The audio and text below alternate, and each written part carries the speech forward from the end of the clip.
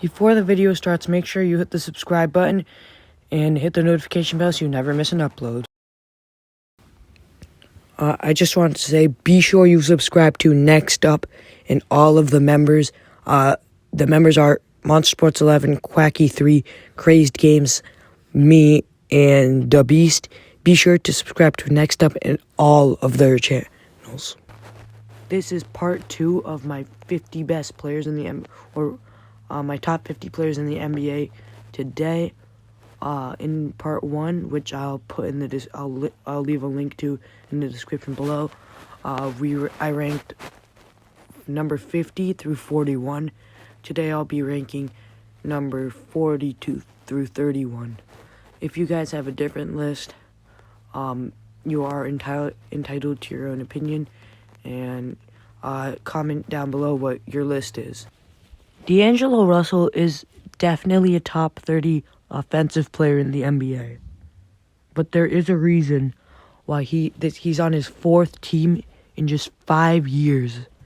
He is horrible on defense.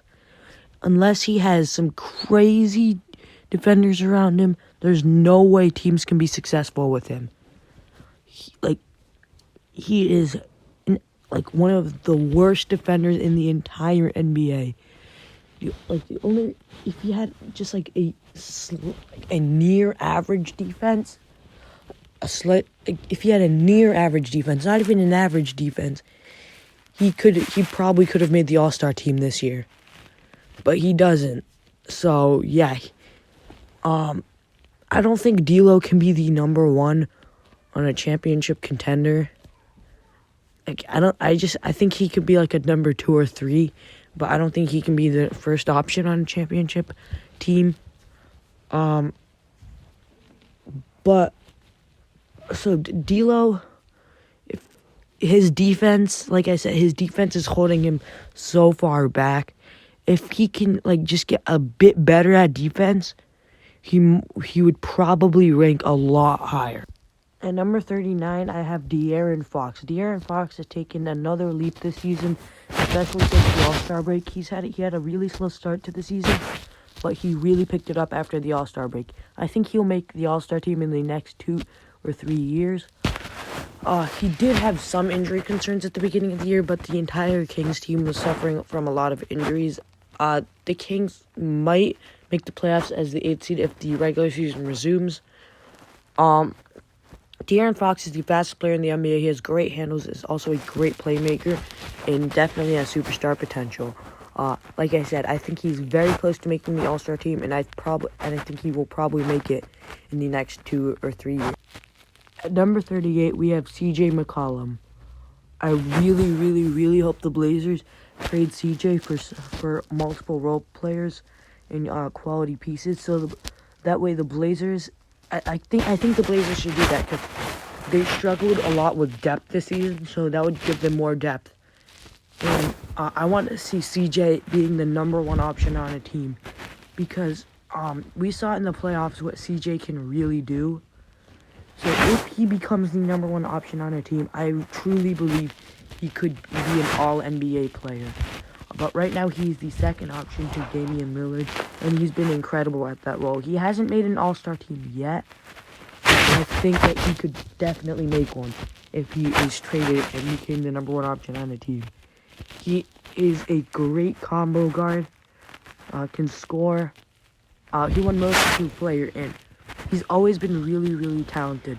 The second he got the starting role, he became Most Improved Player and became not an all-star, but a regular star. I don't think he can be the number 1 option on a championship contender, but I think he can become a true star if he's just given a chance as a number 1 option on a team.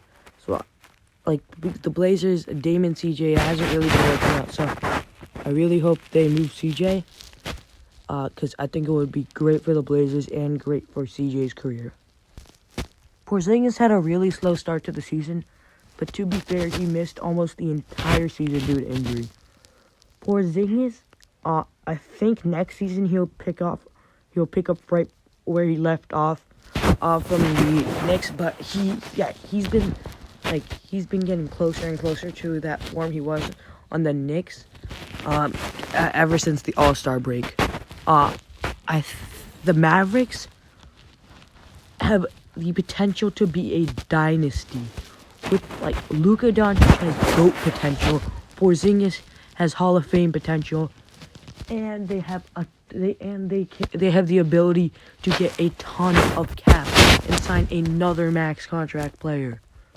If they had a third star to this team I could see it winning the championship very soon, because they have an incredible young player in Luka and Kristaps, and they have a bunch of great role players. Kristaps is an incredible stretch big with, I believe, a 44-inch vertical. Or I'm pretty sure he has a higher vertical than Blake Griffin. That's crazy. Like, what? A higher vertical than Blake Griffin? My God.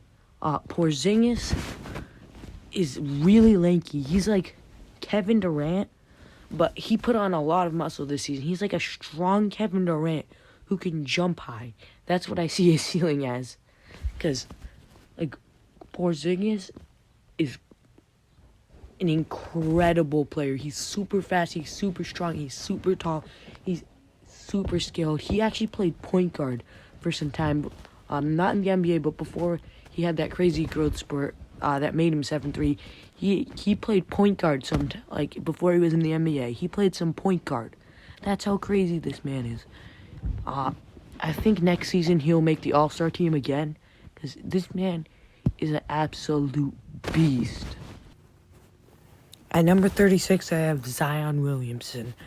I know he only played 19 games, but those were some crazy 19 games. As a rookie, this man was catching full court lobs. He was playing like a superstar, and if he can stay healthy, I believe he has the potential to be the greatest player of all time. But since he only played 19 games, I can't have him any higher than this. Zion is like a 6'6" super fast Shaq, like with a much higher vertical leap, and his defense wasn't the best in those 19 games, but but he showed us at Duke that he can be elite on the defensive end, and I think that he just has to get used to playing defense against much better players in the NBA than college. At number 35, I have Domantas Sabonis. Sabonis made the All-Star team this year, and so I can't have him as high as the other All-Stars because I don't think he's a true All-Star.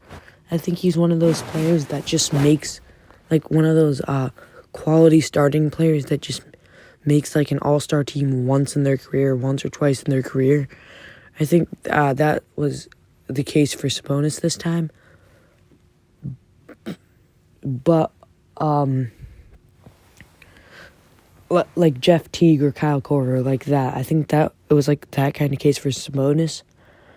But Sabonis is still an incredible player, and he's been playing incredibly this season. He has, ever since Malcolm Brogdon stopped playing at an all-star level, he's really been leading this Pacers team and kept them in the playoffs. I know DeMar DeRozan may not be an all-star anymore, but he is still a great player. I believe he is shooting a career-high in field goal percentage. He's really bad at shooting threes, but he is just an incredible slasher. He's super athletic. He's still averaging about 22 points a game. He's got an incredible mid-range game, and it sucks. Like, if he was just born in the 90s, he would probably have been a superstar or something close to one. But since he wasn't, I have to put him here. Zach LaVine is having an incredible season, and he has been playing at an all-star level. I would have him as my second injury replacement my third injury replacement for guards in the Eastern Conference behind Jaylen Brown and Bradley Beal. But he's been playing incredible. His three-point shot is reaching an elite level. He's super athletic. He's so gifted offensively. But that's it. He's only gifted offensively. His defense is really bad. And because of that, I don't think he can make the All-Star team at the level he is at right now. At number 32, I have Jaylen Brown. And although Zach LaVine is much better than Jaylen Brown offensively, Jaylen Brown still plays at an all-star level offensively, and his defense is crazy. He's an incredible two-way player, and he has the potential to be one of the best two-way players in the NBA. Yeah, that's it. That's pretty much the only reason I have him above Zach LaVine. His defense. He's an athletic. He's an athletic. He can do pretty much everything on the court.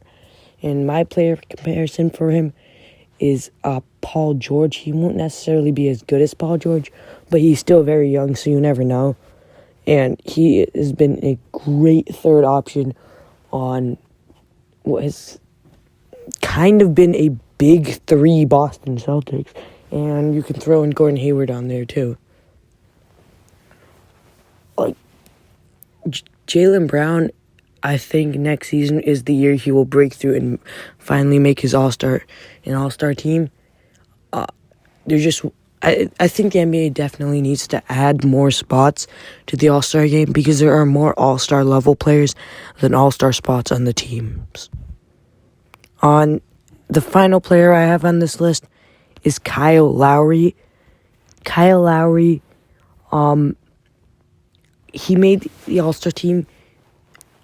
He may not be, skill-wise, he may not be better than Jaylen Brown or Zach LaVine, but the leadership, he brings a veteran presence to that Toronto team. He has won a championship. He has the championship DNA, and he's great at defense. He's great at offense. He's averaging 20 points a game again this season, and he's showing us that age is just a number, and experience helps a lot.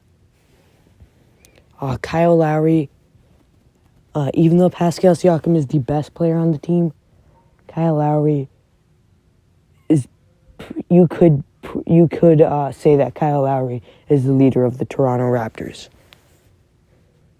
And because of that leadership and his great defense, he's really good on offense too.